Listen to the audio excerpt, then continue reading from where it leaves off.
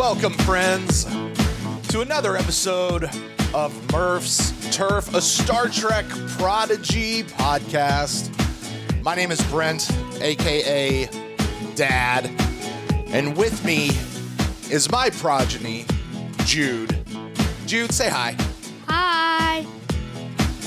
Jude, buddy, we are here today to discuss the second, or rather the third episode of Star Trek Prodigy. Yeah, it's weird. Right? Yeah. This is Star Trek's first kids show playing on Nickelodeon and Paramount Plus. Shouldn't there be more kids Star Trek shows? You know what, Jude? I think there should be more kids Star Trek shows. But this is the first one that is actually directed at kids. Now, a long time ago when they had the very first Star Trek, like the back from like when your Nana and Pop-Pop and Grandpa and Grandma were like kids. Wait. Younger than me. Really? Okay, yeah. Holy. Yeah, that's how old Star Trek is. When that show went off the air, they did make a cartoon. You've seen an episode, I think, of that. It's called the animated series. But even that show, even though it was a cartoon, they were still writing Star Trek the way they basically wrote the grown-up shows. Yeah, like Lower Decks? Well, Lower Decks is a whole different thing altogether. Yeah, no, I think you find it more funny than I do.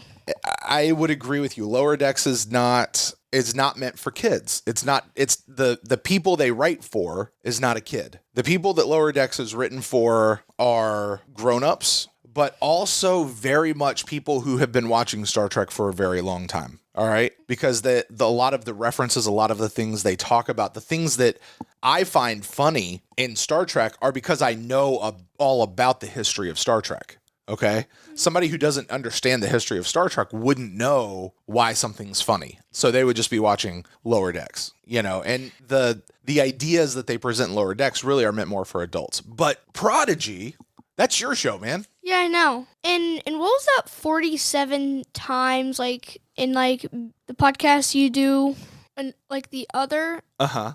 So, no, that's a good question. So for people out there who don't know, I host another Star Trek podcast called Beam Me Up, a Star Trek podcast, where I take a grown-up, a friend of mine, Matt, through the history of Star Trek, only watching the most important episodes. And something I say at the beginning of every episode is, my name is Brent, and I have seen every episode of Star Trek 47 times. The reason I say that, Jude, is it's a joke, okay? How? Well, because Star Trek has a joke inside of it that has to do with the number 47. Why? It's just something fun that they like to do, that the production does. So anytime like they put up a number, listen for the number 47. They throw it in all over the place, real random places. Did the first Star Trek series start in like 1947 or something? Nope.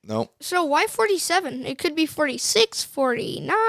Well, 47 is the meaning of the universe. It's the meaning of life. How? That's a whole other conversation, buddy. Okay. That's from a whole other side, not even Star Trek. That's from something else called Hitchhiker's Guide to the Galaxy. One day we'll read that together and you'll be familiar with that. But just all you need to know is that 47 is a joke inside Star Trek. So every time you see 47, it's like do you know what an Easter egg is? Like in a movie? Yeah, like in Raya, when like they're explaining all the different lands. Uh-huh. Like when they explain the one that's kind of like that one where like it's like with a lot of pickpockets and like the first land that they go to. Yeah. And when they showed them, like they show them in like the desert, but like on the wall is like a hidden Mickey. Yeah, that's an Easter egg. Yeah. Exactly. Or like if you look at the beginning of Frozen 2 in Disney, when Anna and Elsa are still little girls and they're playing with the toys or the snowmen, and there's like Dumbo and I think Sully from Monsters, Inc. is in there. What's that one big balloon guy? Big Hero 6? Yeah, Baymax. Baymax, yeah. Yeah, Baymax is there. Yeah. So those are Easter eggs. It's just little things they put in there. It doesn't mean anything to the overall story. No. It's just a ha-ha, we just had fun with it. That's what 47 is in Star Trek. Oh. So, Yeah. But we're not here to talk about the 47th episode of Prodigy, Jude. Let's bring it back to the second. I keep calling it the second. It's actually the third episode. How? Of Star Trek Prodigy. Because last week, when they did the premiere, when they did the initial episode, it was actually 2 episodes in one. So, like, when I watched Voyager today, I watched 2 episodes? Yeah, you did. Yeah, tell the folks about that. You said to me last night, you said, Dad, I want to watch Voyager. And it was really late. And I said, well, not tonight. But you got up today and you watched the pilot episode of Voyager. Yeah. And you get like probably halfway through it and you go, this is a really long episode, Dad. That's because it was a double episode. Okay. Yeah. A lot of times shows do a double episode. The very like first at the show. beginning of Voltron. Wasn't that one like a 5-part episode or something like that? Maybe. Yeah. Well, each episode is only 20 minutes. Yeah. Sometimes half an hour. Yeah, yeah. And so for Prodigy, most of those episodes are going to be about a half hour. Yeah. But last week's episode was an hour. Yeah. So last week's episode this week was like 25 minutes. That's probably about right. And that's what most episodes are going to be. Or to be exact, it was 24 minutes and 46 seconds. Was it really? Yeah. I didn't even look. Are you serious? Yeah. You know, now, Jude, the thing about podcasting is if you say something like that and you're wrong, people will email and tell you you're wrong. They're like, nuh-uh, it was actually 26 minutes and 3 seconds. So I know you're new to podcasting. This is a thing in podcasting. If you're going to say something like that, make sure you're right. I'm pretty sure it was right. If not, then... Well, folks, if you guys would like to email in and let Jude know whether he was right or wrong, you can do that too. Jude, do you know the email address? What? Do you know our email address? We have an email address. 32258? No, that is our zip code for our house. Oh. Our email address is murfsturfpodcast@gmail.com. I have no idea what any of those two things are. Oh, you don't know what email is, do you? Nope. Folks, that's how young he is. He does not know email. Jude, we'll talk about that at a later time. Let's get in and talk about this episode. Now, fair warning to everybody out there. This is a spoiler-filled podcast. Yes. Beyond this point, if you're listening, Jude and I are going to assume that you have already seen this week's episode of Star Trek Prodigy. This is episode 3, titled StarStruck. Although I think that's the name of the episode. I think a much better title would have been StarStuck. Oh yeah, because they got stuck in that lava river. That's right. That's right. But were they got stuck in the star? They got stuck in a star, is what it was. Yeah. Did they get stuck in the gravitational pull? Yeah, they got stuck in the gravity well of the star. Yeah. So I think it would have been StarStuck. If any of the show writers are listening out there, would you guys please go back to your writer's room and just say, "Oh, guys, we should have called it this," or not. Yeah. All right, Jude, so let's do this. Spoilers ahead, folks. Spoilers ahead. You've already had one. Spoilers ahead. They abound. Jude, in this week's episode, StarStruck, I'm going to ask you to do this on a future episode. I know you're not quite ready yet, but I am going to ask you to do these in coming up episodes. Doing what? To do the recap of the episode. To tell the folks what the episode was about. I'll take it for you for this one, okay? Oh, he's whispering. He's like, Dad, I want to do it. Dad, I want to do it. All right, go ahead, Jude. What was the episode about? It was about, like, what was the right time to ask for help. Or, like, you can't always do something all by yourself. Uh-huh. I think. That was definitely the moral of the episode. But what happened in the episode? Give me the recap of what happened in the episode. You got to do it in like 2 or 3 sentences. So they're in space, and hologram Janeway comes out, and she tells them all about what the Federation is.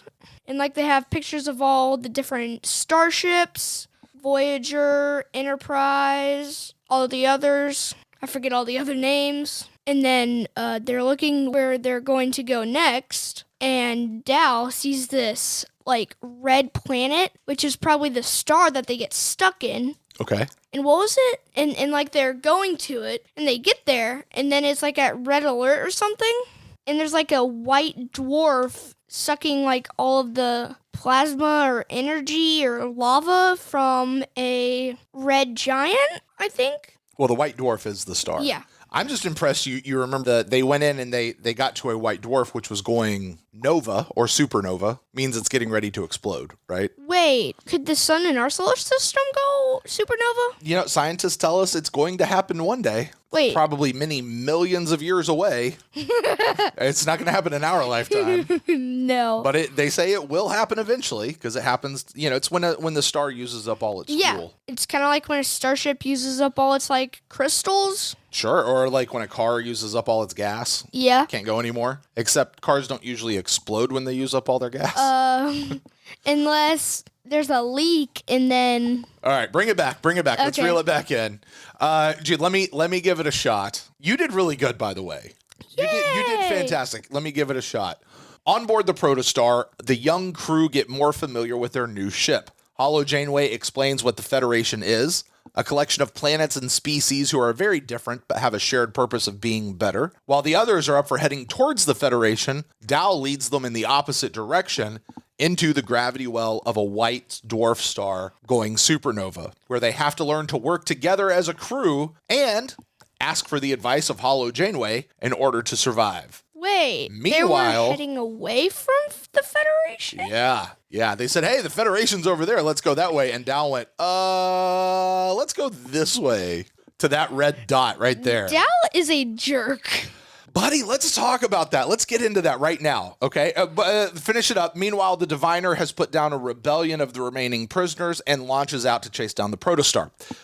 There has been a conversation going on this week, Jude, among many people in the Star Trek fandom about what they think of Dal. And there are some people who people are like, I don't like Dal. Dal's a jerk. That's basically what they just said. Dal is a jerk. Yeah, I mean, things that we learned, Dal is a really big jerk and he just wants to be, like, independent, or he doesn't want any help. He wants to have all the glory, and like at the end of the episode, he's like, you're welcome. Right? When all he did was he told them what to do, and then they pressed all the buttons. He basically he didn't do much. Mm-hmm. He just told them what to do. Right, which, I mean, every ship needs a captain, and he thinks he's the captain. And that's the captain sees everything, so they can help direct what all's going on. But yeah, so Dal's kind of a jerk, man. Yeah, he is. He wants to take the biggest room for himself, not share it. Yeah, I know. And like when he found it, I thought Dal was going to share it with Rock Talk, Murf, probably not Murf, engineer guy. Jenkin Pog. Yeah, Jenkin Pog. Yeah. Or Zero. But Zero's like, I know what you're doing. And then Dal just shut the door on him and he's like, do you know what I'm thinking now? Right. Yeah. Yeah, the thing about Dal is, I think, Jude, Dal is going to be our main character. He's going to be like the captain of the show, okay? He's going teenage mode. That's what it is. He's going teenage mode. That's probably true. But, typically when we watch a new Star Trek show, there's the captain, and the captain is a great leader and somebody that we can look towards, and they have all of this. Whereas I think Dal has to, the way the writers are crafting the show, we're going to see him become a good leader. You know what I mean? Ooh, we're going to see him grow into it. Yeah. And so in order to grow into it, he has to start in a spot where he's actually really bad and a big jerk. Yeah. Right? I mean, Dal's a jerk. That's what I have on things we learned. Yeah. You know what I have on things we learned? What? Murf is awesome. Yes. Favorite character, go. Ooh. Mine is easily Murf. Is it Murf? Yeah. That's great because we named our podcast after Murf. Yeah. It's either Murf.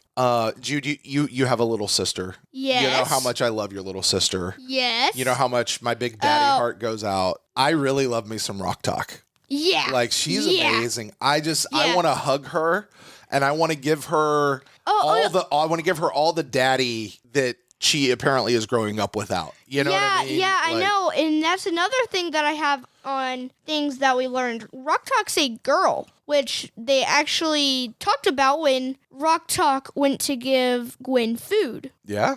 I thought that was kind of jerkish for Dal to go in there like, didn't this just happen? Oh, yeah, but you were out here and I was in there. I'm not sure what you're talking about. Like, when they put Gwen in, like, the prisoner cell or something. Uh-huh. And, like, he says, like, didn't this just happen? And then he goes, oh, yeah, but I was in there and you were out here. Do you not remember that? Oh, but, and also, Murf has done something in these past 2 or 3 episodes. Like, he found the prison, and Murf found the pew pew pew button. In the first one, in the first episode. Yeah. In this one, he just finds the prison. Yeah. Yeah. Murf is definitely, I love me some Murf.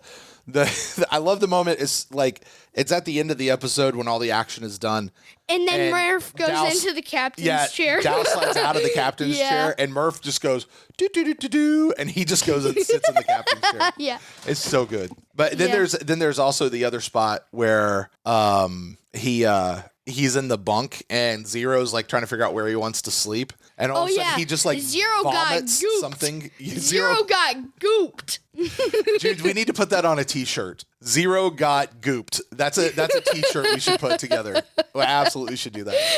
Yeah. Zero got gooped. Oh, and also when Janeway, are we on favorite moments? Yeah, but what were some of your favorite moments from the episode? Murf has a thing for chairs. First he's in the captain's seat, and then Zero's like, I believe Murf is eating a chair. Did he really? Yeah, he was. I don't remember that part. You don't? I don't remember that part. How? Okay, sorry. I just don't remember that part. And also, I really liked the beginning. How, like, they went by, like, the Diviner and Rock Talk and Zero. Oh, you mean the opening credits? Yeah. Dude, we didn't get to see the opening sequence in the first episode because... I mean, probably it would spoil everything. Right. Well... Sure, but I mean the opening sequence, Jude, was just gorgeous. Thank you. That's the word I was getting ready to use. Was gorgeous, because it's flying. Like we see it. We see the ship fly into Zero's eye. What? Like, how does like Zero like do weird things to the mind? If like that's just part of what his alien species can do.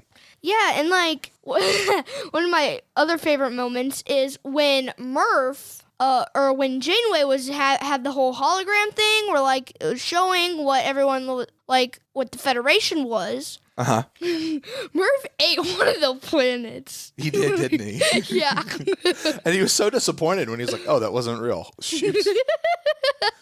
Murf's great. Great. Dude, let's go back to the opening sequence. You said it was gorgeous. I agree with you. It was absolutely beautiful. Do you like it better than Voyagers?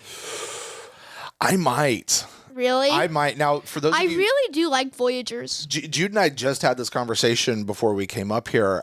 I have long said I believe that Voyager has the best opening sequence in all of Star Trek. Yeah, it has one of the best. Gorgeous. The orchestral score is phenomenal. I like the music. Oh my gosh! When the ship comes up through the rings of Saturn. Oh yeah. I assume it's Saturn. It could be another planet. Yeah. Could be another planet. Yeah. But I assume it's Saturn. And just the nebulas that they're passing by and the various things. This one was the Prodigy opening sequence is great. It's just gorgeous. That's really the best word I can use to describe it. I mean, my hat's off to the artists. Yeah. Who painted that and designed that. Wait, they painted it? So this is like a flip book? Or like designed it with a computer? They painted it with the computer. Let's say that. But they are very much every bit of an artist, Jude, as somebody who puts out an easel and gets out paint and physically paints something. It's just what they're painting with. That's the only difference. And those people really, it's just beautiful. And I thought the music behind it, the score, was great. So. Okay, so you've talked a lot about Murf. We talked about him sitting in the captain's chair. You talked some about Dal. What were some of your other favorite moments or favorite character pieces from the show? I'll have to think about that. So one of the ones that I had that I thought was a real touching moment, and this was when they escaped from like the wormhole black hole thingy. Mm-hmm. Gwen was happy for a second, and then Yeah, Gwen's an interesting character, Jude. She really very much has this almost like a fight going on inside of her between like she's almost really happy for this crew. Yeah, but like at the same time she's like, okay, so I mean my dad's gonna kill you. Yeah, my dad is going to kill you, Yeah. and he's gonna get the starship back. Why does he want the ship? He has like he freaking made that like asteroid planet thing into a. It's like he took the whole asteroid and turned it into a ship. Yeah. And then like with everybody else, like he cloaked them. Yeah. Why? Oh, the Chimerium cloak. Yeah. That was cool. Yeah. Now we've seen cloaks before in Star Trek where Really? it makes the ship invisible. This one was just cool. I don't know that we've ever seen one like this before. When like the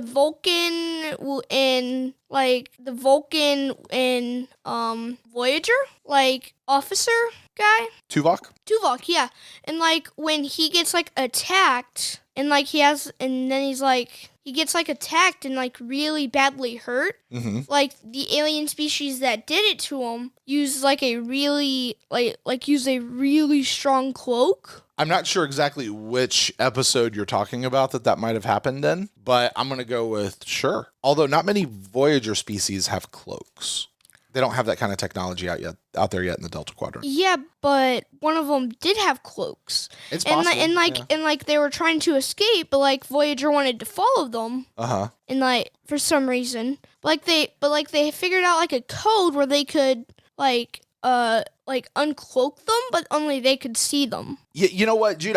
If anybody out there knows what Jude's talking about, please email us in murfsturfpodcast@gmail.com. I'm not really sure what you're talking about, but what I was saying was we've seen lots of cloaks throughout Star Trek before. That's a very old Star Trek idea. Yeah. But this Chimerium cloak. Yeah, it was cool. Chimerium's what they were mining on the asteroid. Yeah. And he talks about using this Chimerium for trade and different things like that. He called the ship the Rev 12. That's the name of his ship. Yeah, I know. And also one thing that I liked is when like they used the phasers to like destroy the lava that was coming up at them. I thought that was really cool. Well, yeah, I loved what Janeway said. Jankum Pod gets to blow stuff up.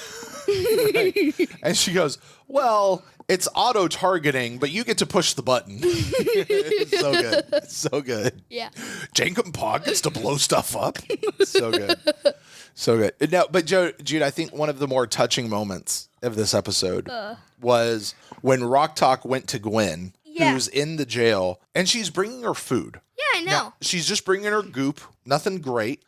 But she's bringing her, it's what they fed Rock Talk and stuff and the miners back on the prison. So that's what she can now eat.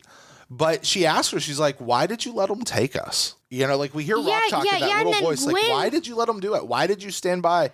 And Gwen's just like, they told me you were criminals. And she's like, but we weren't. Like, the only crime that we committed is... They got caught. Yeah. Which you understand that's not really a crime. They're just saying the only thing that happened was we got caught. Like they weren't doing anything wrong.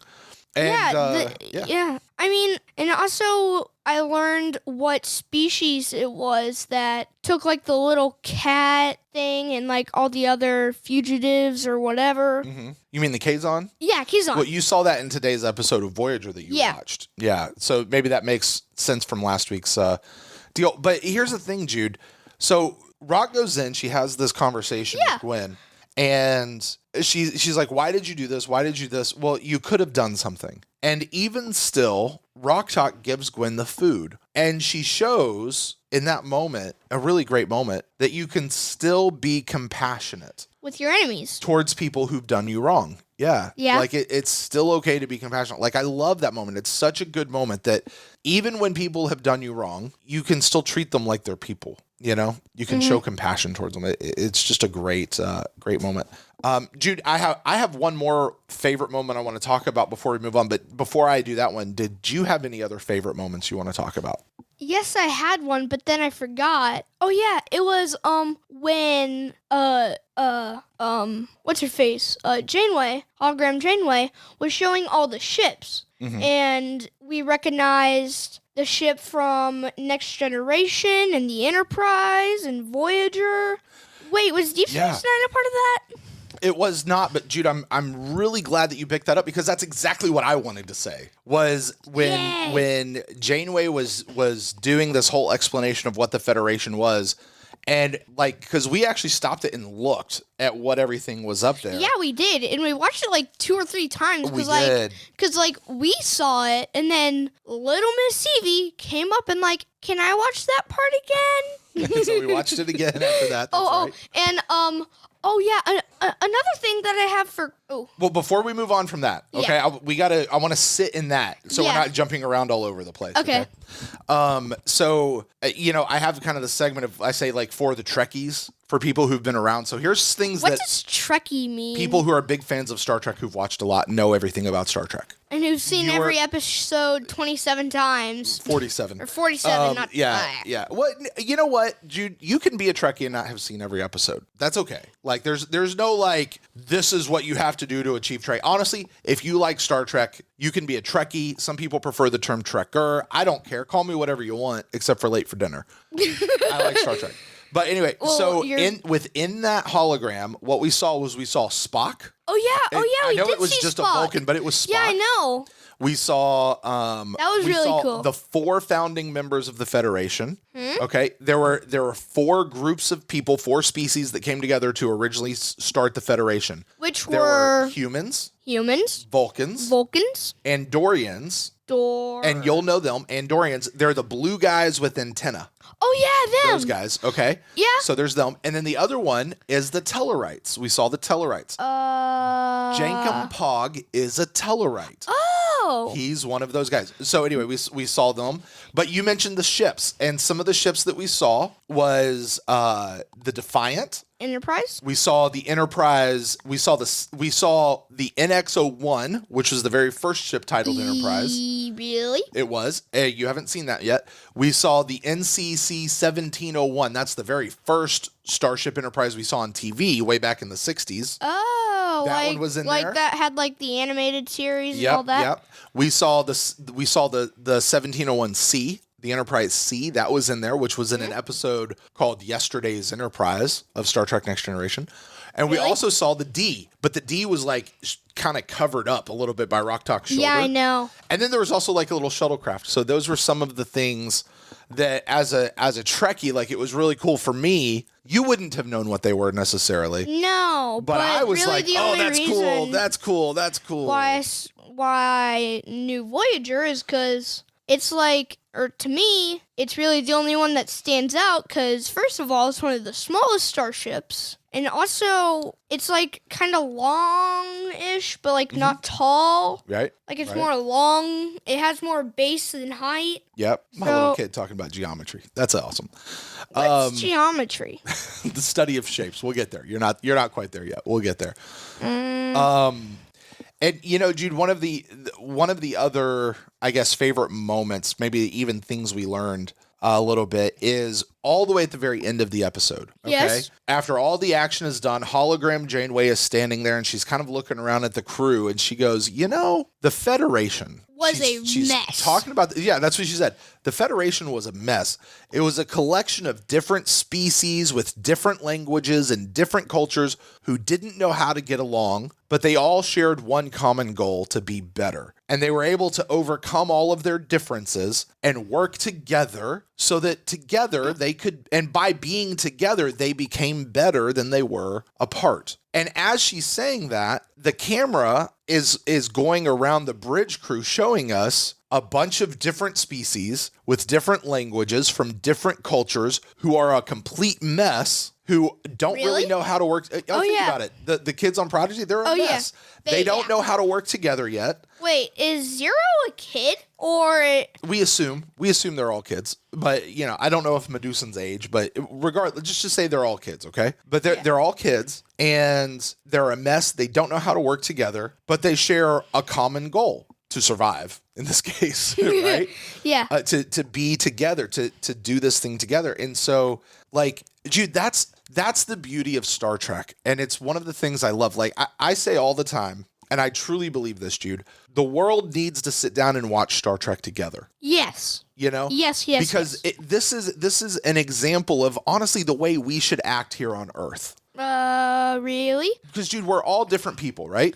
Like, Yeah, there's I mean, us, none of there's us the are the Russians, same. there's the Spanish, there's the Philippines, Oh my gosh. The Turkins. the Turkish people. There's Japan. the Congo people, the Japan, the Koreans, and the Brazilians, and all these different people groups with different languages, with different cultures. Would it be better Okay. if we just That was speaking the exact same language? not necessarily, but I mean, we can talk pretty much everybody's language today. You know, that language is not a necessary barrier we have to have. We can overcome language barriers today.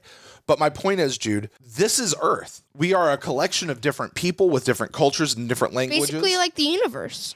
Like some of us are enemies, some of us are friends. Like But in the if we first could get episode over of, that, Yeah. but if we could get over that, Jude, right, and work together for a common purpose, Isn't that what they did in like the Next Generation, where there's like no money or something? that's the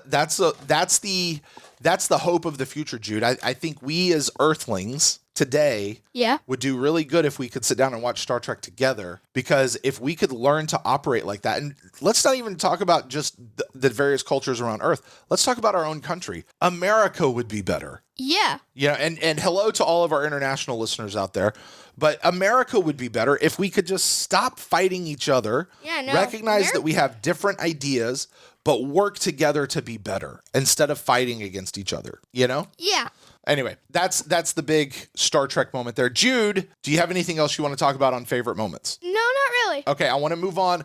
I have a couple more things that are in the For the Trekkies category I want to talk about real quick Okay. that I noticed. Which That I noticed. I One did not have is on my list. sure, because you wouldn't know this. One of the things that when you looked at the panels that they were working on, the controls for the ship, Yeah. that's a design that is a very Star Trek design called L cars. Yeah, like when you see this design of how the lines work, it's called L cars. That's what it's named.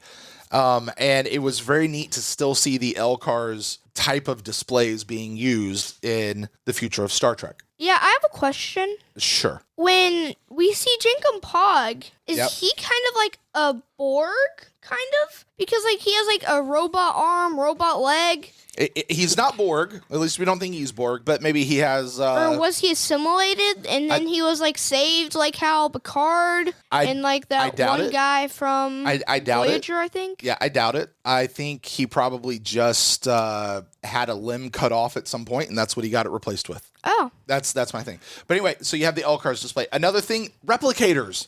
replicators. Oh Replicators yeah. are a big thing in the future of Star Trek. So seeing those again, that was nice. One of the things about Star Trek history, Jude, which I loved that they answered it in this episode, is like in Voyager and Star Trek, they'll have shuttlecraft. Okay, shuttlecraft are the little ships that they go in off the big ship. Yeah. And those shuttlecraft explode, they crash land on planets, they give them away to other species to go yeah. fly. And they just continue to have shuttlecraft. And it's like, where are you getting all of these shuttlecraft from? How many do you really have? And in this episode, they came up with something called the shuttlecraft or the vehicle replicator. Oh yeah, Where we saw them yeah. building the shuttlecraft and like, That was really cool. We'll build you a shuttlecraft in 3 minutes. And there's the fight Yeah. scene between Rock yeah. and Gwen. And like was like the jewelry sword shield thingy. Oh yeah, it turned into a shield. How the heck does that happen? That's just a part of it. Is it like that? It is like. Could she like make it transport on her arm, like wherever it would be? It seems to or obey. something? It seems to obey whatever she wants to do. But Jude, let's bring it back. So anyway, as a Trekkie, I loved seeing the vehicle replicator. Yeah. Because it finally gave us an answer of where do all these shuttlecraft come from on a ship? Like, do they just build them? Do they like what do they do? They finally told us something. It's the very first time we heard that. And I got one more thing. Hologram Janeway. Yes. She pumps out, at some point, her in her hand is a coffee Oh, yeah, mug. coffee, yeah. And she's drinking coffee. Yeah. And dude, something you need to understand about the actual Janeway is she was a coffee person. Wait. She always loved coffee. So to see a hologram, now does a hologram need to eat or drink? Say no. No. So to see a hologram grit the coffee cup, like it's such a Janeway thing that it was great. It was great. It was great. And like one thing that I saw Uh-huh. is like if one of them gets hurt, then like what doctor do they have? Are they gonna have like a hologram doctor like they do in Voyager? Or what? That's a good question, Jude. Well, what about an engineer that fixes everything? Who does that? That's a good question. What kind of holograms is this ship fully equipped with? Is it equipped with other holograms? That's a question a lot of people are asking. Like, really? is the EMH, the emergency medical hologram, is that like if they go to sick bay, will he just show up? Now the guy who plays the EMH, his name is Bob Picardo. Bob? Yep, Bob. Your grandfather's name, Bob. His name, Robert Picardo. Bob Picardo. Yeah. We, as a fandom, have not heard if Bob Picardo is in this show at all. Okay? Like, typically there's an announcement like this actor's in the show. It doesn't have to be him. It could be somebody else. Jude, you're absolutely right, buddy. 100% right. So, I don't know. We'll have to wait and find out. That is a question that we have going forward. Yes. Before we get to questions, though, Jude, let's talk about things we learned. And I'll give you something that we learned that was at the very beginning. And Jude, I need you to make sure that you understand this. Hologram Janeway starts off the episode and they say, "What is the Federation?" Yeah. And she explains, "Here's what the Federation is." And then like Stop. What I want to know from you, what is the Federation? What did you hear from Hologram Janeway? Explain to me what you understood is the Federation. Like different types of aliens joining together to go places where they have never gone before and explore those places and meet new kinds of aliens and make more friends or allies. And also part of that means that they have to make enemies. I don't think it means they have to, but I think it is probably something that you just assume is going to happen. Yeah. And hopefully it doesn't. Yeah. But it does. Yeah, I mean, it's pretty much what Janeway said, right? Like, it's a collection of different worlds and species that have come together. They've put aside their differences, and they work for the betterment of each other. That is effectively the Federation. That's what we should all aspire to become, is, where money and things like that don't have an issue. We work just to make each other better. Which is awesome. And, we can all embrace our differences. We can own our differences, but they don't have to be something that divides us. We can celebrate each other's differences. All right, something else we learned, Hologram Janeway. She says this very quickly. She's like, "I am only here to offer advice and maintain the lower functions of the ship. Oh, yeah. You got to do everything else." Yeah. So she can't just control the ship on her own. She can't be like, okay, well, you guys are asleep. We are going this way. Right. You have to tell her where to go, and then she will go there. Yeah. Or I think. Yeah. That's what she says. She also says that she is a hologram who is based on one of Starfleet's most highly decorated officers. What does that mean? Means somebody who has been in the military or the organization for a long time. They've given her lots of awards. I mean, she's been around but basically she's gotten lots of awards. Okay. How does that work? Well, like, when you're the buttons on like her neck. Well, that definitely signifies your rank. But Judith, in the military, which despite what they say, Starfleet is still a military organization. It is. Sure. It's not supposed to be, but it is. Yeah. So whenever as a soldier, if you do something good, if you've earned the respect of somebody else, they give you little ribbons, okay? And you collect these little ribbons, and that's called being decorated, okay? And you get to, on your uniform, you get to display all of the awards that you've received over the course of your career. Don't ever really remember when I would watch it with you, her having them on. Well, we don't really see them wear that uniform a lot. That's called a dress uniform. But anyway, basically what it means is if somebody's highly decorated, they've been in for a long time, they've earned a lot of respect, they've earned a lot of awards. Mm-hmm. Okay? That means that if she is based on this, then this show is definitely way past Voyager. Because, Janeway, spoiler alert, Janeway eventually makes it back home. Wait, she does? I thought. Oh. Janeway eventually makes it Hey, back why'd home. you tell me that? Spoiler, the show's 20 some odd years old, Jude. It's okay, all right? I wanted to figure it out on my Well, own. you still kind of need... I'm sorry, buddy. I'm sorry. You need to know in order to understand this show, though, and to understand who Janeway is. Okay. So, but she goes on to do a bunch of other stuff. Now the question is, how does she get there? And I won't spoil that for you. But, you know... Well, I've already seen how they get there. But, like, what storm was that? Don't worry about that. That's a different podcast, okay? Let's stay on this one. Different what? All right. Something else we learned. We learned what happened with all the other prisoners back on the mining planet after the guys on the Protostar left. They started rioting. They rioted, and then the riot was put down. Yeah. The boss quelled it. Oh yeah, and little kitty cat guy was. Oh. I hope they go back and rescue that little kitty cat. Yeah, he or she, whichever one it is. I feel like she's like too young to be working. Judah, I think they're all too young to be working in mines like that. Yeah, I know. It should only be for like the guys that have. Like, I feel like they should be like not in like really small prison cells, but like. Yeah. Well, people probably don't need to be working on... I would say that those people in that colony are not prisoners as much as they are slaves. Yeah.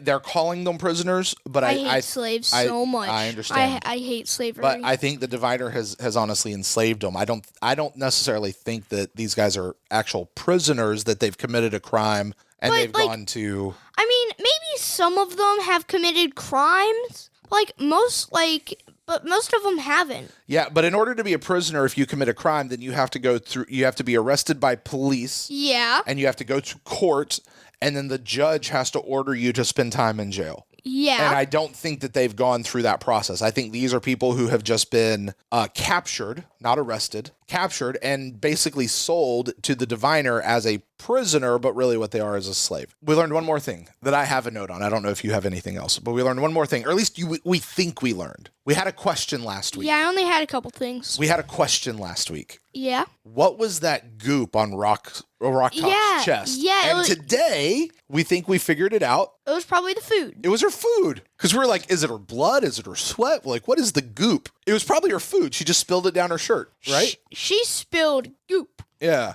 Because the goop is what they... She gooped herself. Oh, but Jude, wasn't that such a sad moment when Jacob Pa goes into the replicator and he gets this big, huge honking meal, and Rock Talk just goes and gets whatever she ate as a slave at the prison colony, and she's like, "This is all I've ever eaten, so this is what I'm gonna eat." You know, like she doesn't have the imagination or the ability to get anything different. But you know.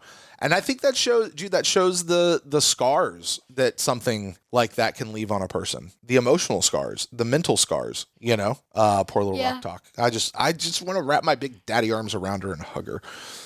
All right, Jude. Well, you got Evie. I do. I love her. I love her too. All right, Jude, you got anything else under things we learned you want to talk about? Because we're going to get to questions for next week, or questions we have going forward. Yeah. What is left in your head as you think about this episode, StarStruck? Huh? What are you thinking? What are your questions that you have going forward? About the name of the no, show? just about... About the show. What questions do you have left about the show? What things are you wanting to see answered in a future episode? Do they normally have 2 warp cores? No, they don't. This is the first time we've seen a starship with 2 warp cores. I mean, maybe it can go faster than any starship out there. Ooh, that's a great question, is what is this ship? Like, why does the Diviner want it? Why is it out? I think that this all ties into... Like that question, and why does it have 2 warp cores? How the heck do they get all that food? I mean, how do they make it? Do they have it in like storage things? Or what? Hey, listen, writers of Star Trek Prodigy, I know you guys are listening out there. You heard it. The kid wants to know how the replicator works. I'm not going to explain it to you. Why? Because I'm going to leave it for the Star Trek Prodigy writers to explain it to you. Okay. They do explain it in other Star Trek. I want there to be another Star Trek show after this one for kids. You know what? Me too. All right. So I have a question. Is the real Janeway still alive in this show? Like, I mean, back in the Alpha probably Quadrant not. movie? And maybe when they made a ship when she died, maybe they made it like when she died, and she put the hologram on there for training. As like an honor? Sure. I mean, it still begs the question of when is this show set? So that's a big question. Jude, do you have what other questions do you have? how did they have the technology to cloak a whole asteroid, moon, planet type thingy? I think, yeah, I agree. I don't exactly know how that works. I think that might be part of this chimerium cloak that Do they we have. know what chimerium is? It's that rock that they're mining out of the planet. Yeah, I know, but have you seen it in any other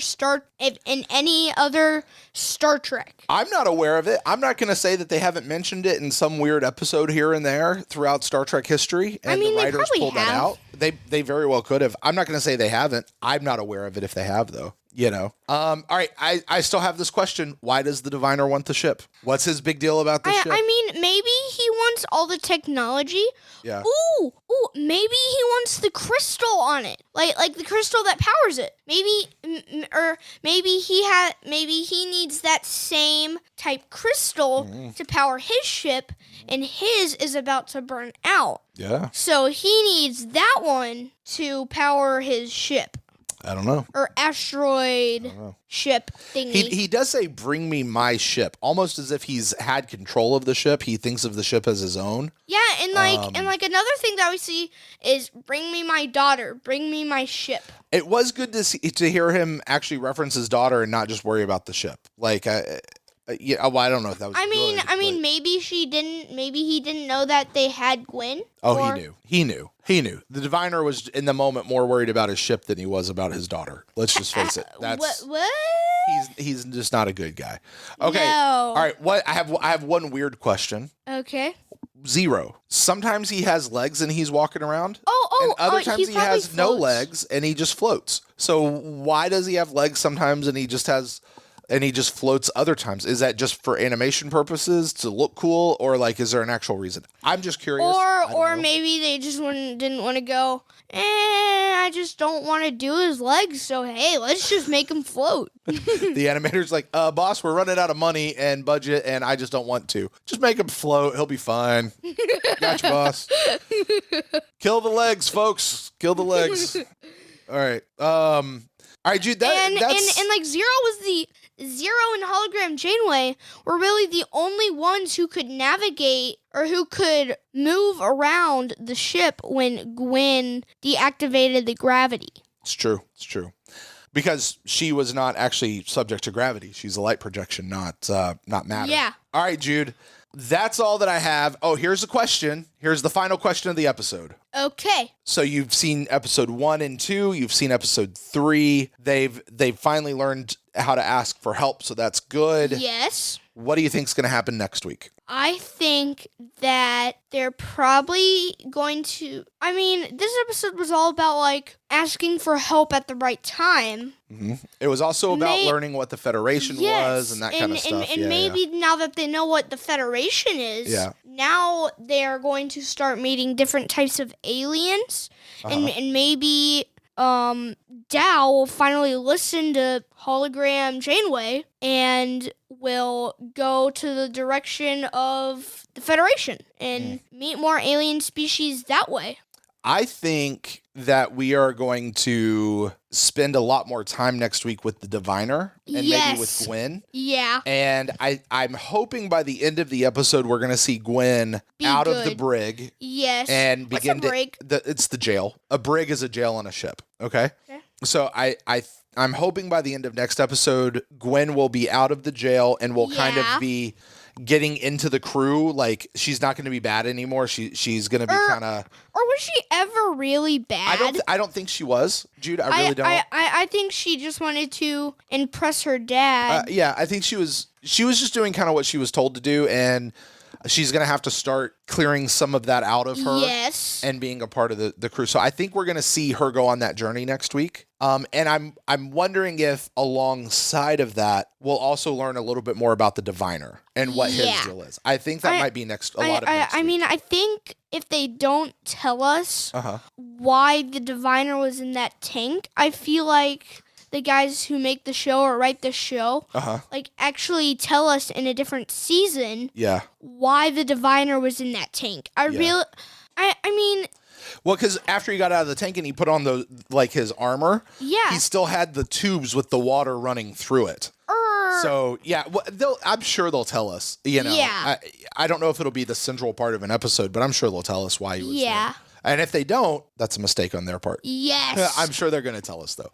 Yeah. All right, Jude. Well, that is it for episode 2 of Murf's Turf. Walking around the Starship Protostar as we're discussing Star Trek Prodigy. Jude, did you like this episode this week? Yes. It was a I good episode. loved it. It was a good episode. Which All one right. do you like more, the first 2 episodes combined, or did you like this episode? I liked them both for different reasons. Yes. So I'm me not too. going to say that I'm not going to rank them and say, oh, I like this one better than that one. I'm not going to do that. Yeah. But I liked them, but I liked them for different reasons. Yeah. So, the first one I thought was good fun. It was a great introduction to the show. There was This a lot one, of action. There was, and so that was good. This one was a lot of explaining about what the Federation is. Yeah. It was a great for, lesson. Like, everybody who knew what the Federation is, like, they're probably going to be like, oh, you're just wasting your breath. But, like, everybody who doesn't know what the Federation is, like me, is like, ooh, this is actually pretty interesting. I hope that people who've been watching Star Trek for a long time watch this show and that they don't go, oh, why are you talking about this? We already know. I mean, maybe some people out there will. I'm sure think some like people that. are Yeah. like that, but I hope most people watching Star Trek realize this show is for people who are not already Star Trek fans. And so I hope that they're just as tickled as I was to hear them because sometimes, Jude, it's like in baseball. Sometimes we just got to get back to basics. Here's how you catch and throw. Yeah. Here's how you swing a bat. Here's what the Federation is. Here's how you pick up a grounder. Here's what the Federation is. Here's what the hope of tomorrow is really all about. This is what Star Trek really is. This is why Star Trek's really important. So, Jude, it's that time. I can't wait to see where this show goes next. Me neither. It's going to be something fun. So that's going to do it for us this week here on Murf's Turf. Hey, guys, email us, murfsturfpodcast@gmail.com. We'd love to hear from you. We will read that on next week's episode if you email us. Yes. So please do it. We will. Jude, say goodbye for this week. Goodbye. See you next week.